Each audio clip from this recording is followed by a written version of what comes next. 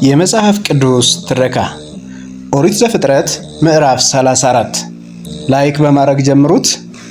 ለያዕቆብ የተወለደችው የልያ ልጅ ዲናም የዚያን ሀገር ሴቶች ልጆች ለማየት ወጣች። የሀገሩ አለቃ የኤያውያን ሰው የኤሞር ልጅ ሴኬምም አያት፣ ወሰዳትም፣ ከእርሷም ጋር ተኛ፣ አስነወራትም። ልቦናውም በያዕቆብ ልጅ በድና ፍቅር ተነደፈ፣ ብላቴናይቱንም ወደዳት፣ ልቧንም ደስ በሚያሰኛት ነገር ተናገራት። ሴኬምም አባቱን ኤሞርን ይችን ብላቴና አጋባይ ብሎ ነገረው።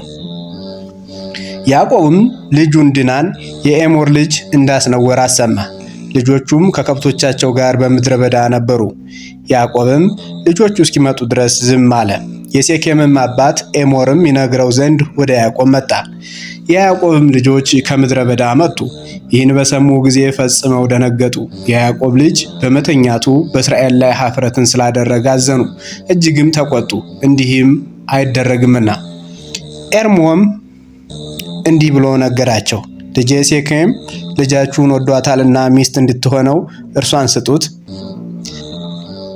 ጋብቾችም ሁነን ሴቶች ልጆቻችሁን ስጡን። እናንተም የእኛን ሴቶች ልጆች ለልጆቻችሁ ውሰዱ፣ ከእኛም ጋር ተቀመጡ። ምድራችንም በፊታችሁ ሰፊ ናት፣ ኑሩባትም፣ ነግዱም፣ ግዟትም።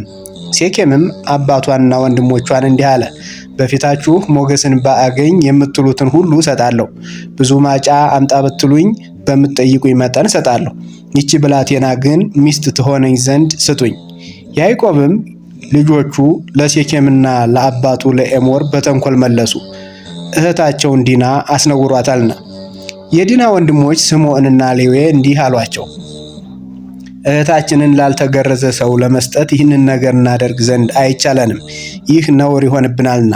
እናንተ እንደኛ እንደ ወንድሞቻችሁ ሁሉ ብትገረዙ በዚህ ብቻ እንመስላችኋለን፣ ከእናንተም ጋር እንኖራለን፣ ሴቶች ልጆቻችንም እንሰጣችኋለን፣ የእናንተንም ሴቶች ልጆች ለሚስትነት እንወስዳለን። አንድ ሕዝብ ሆነን ከእናንተ ጋር እንኖራለን። ትገረዙ ዘንድ እኛን ባትሰሙ ግን ልጃችንን ይዘን እንሄዳለን።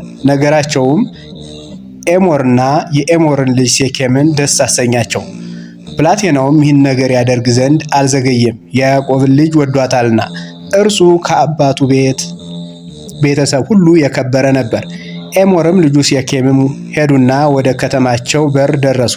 ለከተማቸውም ሰዎች ሁሉ እንዲህ ብለው ነገሯቸው፣ እነዚህ ሰዎች በእኛ ዘንድ የሰላም ሰዎች ናቸው። በምድራችን የሚቀመጡ ይነግዱባትም። እነሆ ምድሪቱ ሰፊ ናት። ሴቶች ልጆቻቸውን ለሚስትነት እንውሰድ፣ ለእነርሱም ሴቶች ልጆቻችንን እንስጥ።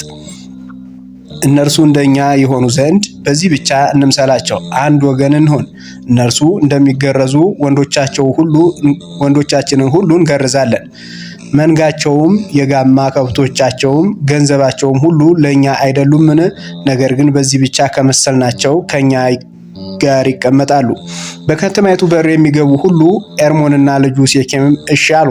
ወንድሞቹም ሁሉ የሰውነታቸውን ሸለፈት ተገረዙ።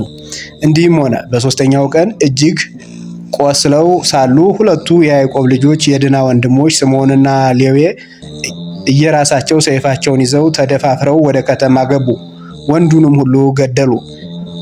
ኤርሞንና ልጁም ሴኬምም በሰይፍ ገደሉ። እህታቸው ድናን ከሴኬም ቤት ይዘው ወጡ። የያዕቆብ ልጆችም ወደ ሞቱት ገብተው እህታቸውን ዲናን ያስነወሩባትን ከተማይቱን ዘረፉ። ላሞቻቸውን፣ በጎቻቸውን፣ አህዮቻቸውን፣ በሜዳም በከተማም ያለውን ወሰዱ። ሎሌዎቻቸውን፣ ሚስቶቻቸውንም የቤታቸውንም ቁሳቁስ ሁሉ ማረኩ። በቤትና በከተማ ያለውን ሁሉ ዘረፉ። ያዕቆብም ስምዖንና ሌዊ እንዲህ አላቸው፣ ክፉ አደረጋችሁብኝ። በዚህች ሀገር በሚኖሩ በከነዓናውያንና በፌርዛውያን ሰዎች ዘንድ አስጠላችሁኝ። እኔ በቁጥር ጥቂት ነኝ፣ እነርሱ በእኔ ላይ ይሰበሰቡና ይወጉኛል፣ እኔና ቤቴ እንጠፋለን። እነርሱም እህታችንን እንደ አመንዝራ አድርገው ለምን አዋረዳት አሉት። የዛሬው ትረካ በዚህ ተጠናቋል። በቀጣይ ምዕራፍ እስከምንገናኝ መልካም